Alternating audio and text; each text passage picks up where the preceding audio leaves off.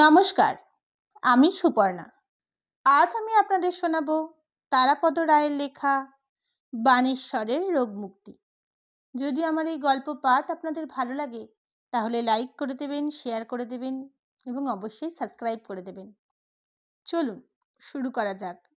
বাণেশ্বরের রোগমুক্তি। বাণেশ্বর সরকার একসময় খুব সিগারেট খেতেন, প্রতিদিন প্রায় 30-40টা। একবার তার খুব গলা ফুলে যায়, ডাক্তারকে দেখান। ডাক্তারবাবু বলেন, আপনাকে সিগারেট খাওয়া ছাড়তে হবে। আপনার গলার মধ্যে চাকা চাকা লাল হলুদ দাগ দেখা যাচ্ছে। সিগারেট বন্ধ করলে এগুলো মিলিয়ে যাওয়ার আশা আছে। আর সিগারেট খাওয়া যদি না ছাড়তে পারি? বাণেশ্বরের এই সংলগ্ন প্রশ্নে নির্বিকার কণ্ঠে ডাক্তারবাবু মোক্ষম জবাব দিয়েছিলেন, ক্যান্সার হয়ে মারা পড়বেন। এই ধরনের মর্মান্তিক কথা ডাক্তারবাবুরা সাধারণত বলেন না। বাণেশ্বরের দুর্বল চরিত্র সম্বন্ধে সবিশেষ জ্ঞান থাকায় ডাক্তারবাবু তাকে ভয় দেখিয়েছিলেন। ভয়ে কিন্তু কাজও হয়েছে। বাণেশ্বর সিগারেট খাওয়া কমিয়েছে, যদিও কেনা কমায়নি। এখনো দৈনিক 20টা সিগারেটের প্যাকেট 2টো কেনেন। খুব বেশি বিলি বিতরণ করেন তা নয়, তবে কোনো সিগারেটেই ধরানোর পর একবারের বেশি দুবার টান দেন না। এক টান দিয়ে সঙ্গে সঙ্গে এক মুখ ধোঁয়া ছেড়ে মেঝেতে বা রাস্তায় যখন বা যা পায়ের নিচে থাকে সেখানে ফেলে দেন সিগারেটের টুকরো। তারপর নির্মমভাবে পায়ের জুতো দিয়ে মারিয়ে দেন জ্বলন্ত সিগারেটটি। এইভাবে যাচ্ছিল। সারাদিনে 40টা সিগারেটের 40টা টান, মোটামুটি 2টো পুড়ে সিগারেটের সমান। বাণেশ্বরের গলা আর তাকে ভোগাচ্ছে না, কিন্তু সিগারেট খাওয়া দুম করে ছেড়ে দেওয়া জন্যই হোক বা অন্য কোনো কারণেই হোক, গলা সুস্থ হওয়ার সঙ্গে সঙ্গে বাণেশ্বর সরকারের কেমন যেন মাথার গোলমাল দেখা দিল। প্রথম গোলমাল দেখা দিল তার জুতো নিয়ে। দৈনিক 40টা জ্বলন্ত সিগারেটের হজম করতে গিয়ে তার জুতো নাকি ক্যান্সার হয়েছে। এইরকম একটা সমস্যা দেখা দিল বাণেশ্বরের। একজন নামজাদা ডাক্তারকে তিনি যোগাযোগ করে দেখাও করতেও গেলেন। এমনিতে তার কথাবার্তা শুনে কিছু বোঝা যায় না, ফলে অ্যাপয়েন্টমেন্ট অনুযায়ী বাণেশ্বর যথাসময়ে ডাক্তারের চেম্বারে পৌঁছেতে বিশেষ কোনো অসুবিধা হলো না। কিন্তু জুতো পরীক্ষা করতে, জুতো দেখতে ডাক্তারবাবু রাজি হওয়া অসম্ভব। বাণেশ্বরবাবু যে মতিভ্রম হয়েছে এ কথা বুঝতে ডাক্তারবাবুর কোনো কষ্টই হলো না। বহু রোগীর বহু কাল্পনিক অসুখ নিয়ে আসে ডাক্তারখানায়, কিন্তু ডান পায়ের থেকে জুতো খুলে টেবিলের ওপর উল্টো করে রেখে বাণেশ্বর যখন অগ্নিদগ্ধ ক্ষতবিক্ষত রাবারের সোলটাস আঙুল নির্দেশন করে দেখান অতিরিক্ত সিগারেট খেয়ে এই জুতোটার কর্কট রোগ হয়েছে, অথচ বাঁ পায়ের জুতোটা, বাণেশ্বরবাবু এবার সেটাও পা থেকে টেবিলের ওপর রাখলেন। এটার কিছু হয়নি, এরা তো সিগারেট খায় না। ততক্ষণে বিহুল এবং হতভম্ব ডাক্তারবাবু তার নিজের চেয়ার থেকে লাফিয়ে উঠে পড়েছেন। কিছুক্ষণের মধ্যে বাণেশ্বরের তীব্র প্রতিবাদ এবং উচ্চ ভিজিট দেওয়ার প্রতিশ্রুতি সত্ত্বেও ডাক্তারবাবু দুজন সহকারী, তারা সবল ও বয়সে তরুণ, বাণেশ্বরবাবুকে চ্যাং দোলা করে ডাক্তারবাবুর চেম্বার থেকে বার করে দিল। তখনও বাণেশ্বরবাবুর দুহাতে ধরা রয়েছে একটি ক্যান্সারগ্রস্ত এবং অন্য একটি ক্যান্সার মুক্ত পাদুকা। ব্যাপারটা কিন্তু এখানেই মিটল না। তার প্রিয় পাদুকার ক্যান্সার মুক্তি না হওয়া পর্যন্ত বাণেশ্বর বিরত হওয়ার পাত্র নন। অল্প দিনের মধ্যেই কলকাতায় প্রথিতযশা চিকিৎসকেরা প্রায় প্রত্যেকেই বাণেশ্বরের পাদুকার সম্মুখীন হলেন। রীতিমতো কেলেঙ্কারি বেঁধে গেল চিকিৎসক মহলে।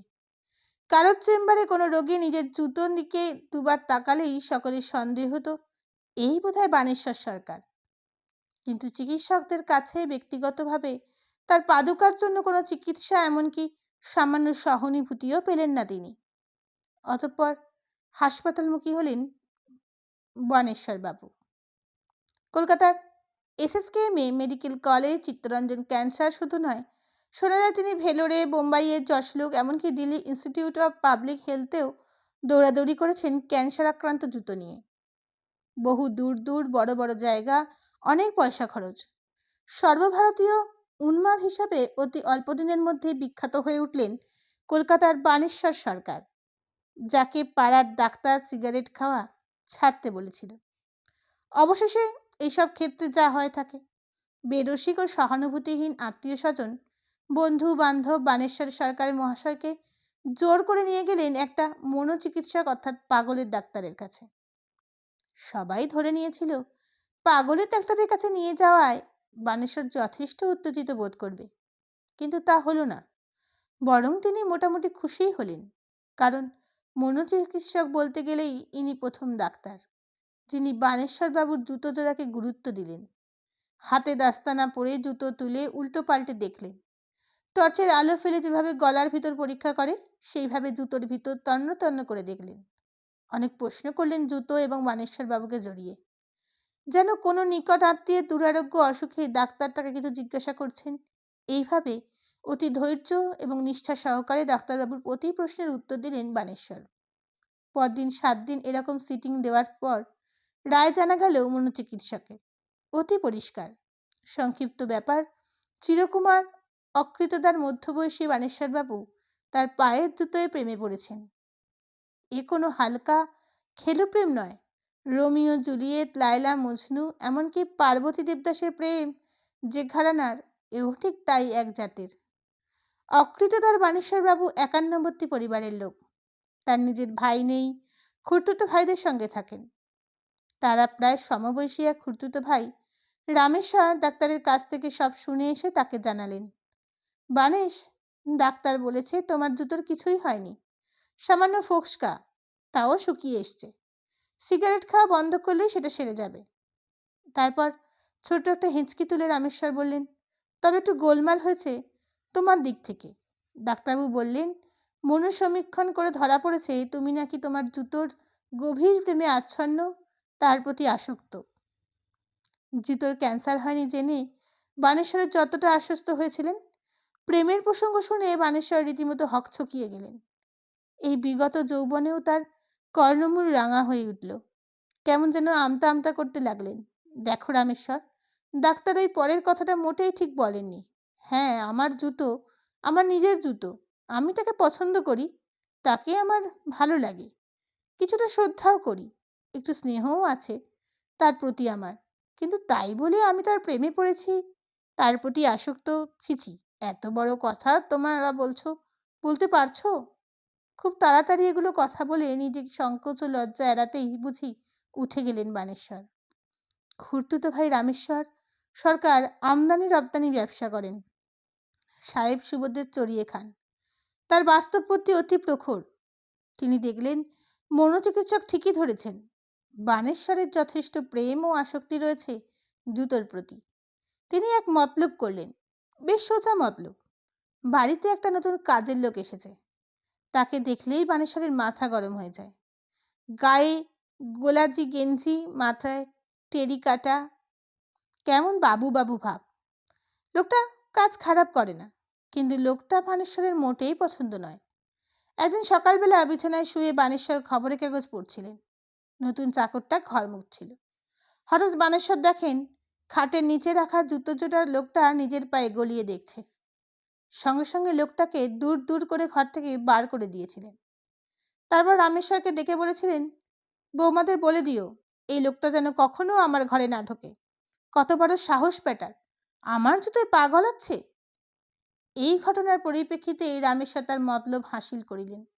একদিন দুপুরবেলা বানেশ্বর তার ঘরে দিবানিদ্রার মগ্ন। সেই সময় রামেশ্বর চুপি চুপি বানেশ্বরের ঘরে ঢুকে খাটের নিচ থেকে বিখ্যাত জুতো জোড়া বার করে বারান্দায় এসে নতুন ভৃত্যটিকে ডাকলেন, এই জুতো জোড়া তোর পছন্দ? লোকটা কিছু বুঝতে না পেরে কিছু ইতস্তত করে স্বীকার করল, হ্যাঁ, জুতো জোড়া ভালো। সঙ্গে সঙ্গে রামেশ্বর জুতো জোড়া তাকে দিয়ে আর বকেয়া মাইনে চুকিয়ে সঙ্গে 10 টাকা বকশিস দান করে লোকটিকে বললেন, যা, এ বাড়ি থেকে বিদেয় হ, আর কোনো দিন এই মুলুকে আসবি না। লোকটি এই অভাবিত সৌভাগ্য বিগলিত হয়ে দাঁত বার করে হেসে নিজের জিনিসপত্র নিয়ে জুতো জোড়া হাতে করে দ্রুত প্রস্থান করিল। বিকেলে ঘুম থেকে উঠে জুতো জোড়া না দেখতে পেয়ে বানেশ্বর রীতিমতো মুছড়ে পড়লেন। বলা উচিত একেবারে ভেঙে পড়লেন। যখন তাকে জানানো হলো যে নতুন বাবু বাবু চাকরটাই জুতো নিয়ে পালিয়েছে, তিনি এমন ম্লান হয়ে গেলেন, কেবল ছিছি করতে লাগলেন আর স্বগোক্তি করতে লাগলেন। আমি আগেই সন্দেহ করেছিলাম, ধরেও ফেলেছিলাম। ছি ছি, সাদে কি আর জুতো বলে? কত কষ্ট করে কত ডাক্তার দেখিয়ে কঠিন অসুখ থেকে বাঁচালাম। ছি ছি, শেষে একেবারে চাকরের সঙ্গে। ছি ছি ছি। সর্বশেষ খবর, বানেশ্বর বাবু ভালো হয়ে গেছেন। একজোড়া নতুন জুতো কিনেছেন, তবে তার প্রতি তার তেমন আসক্তি নেই। প্রয়োজন মতো পায়ে দেন, আর সিগারেট খাওয়া সম্পূর্ণ ছেড়ে দিয়েছেন। আসুন, আমরা সবাই তার নিরোগ দীর্ঘজীবন কামনা করি।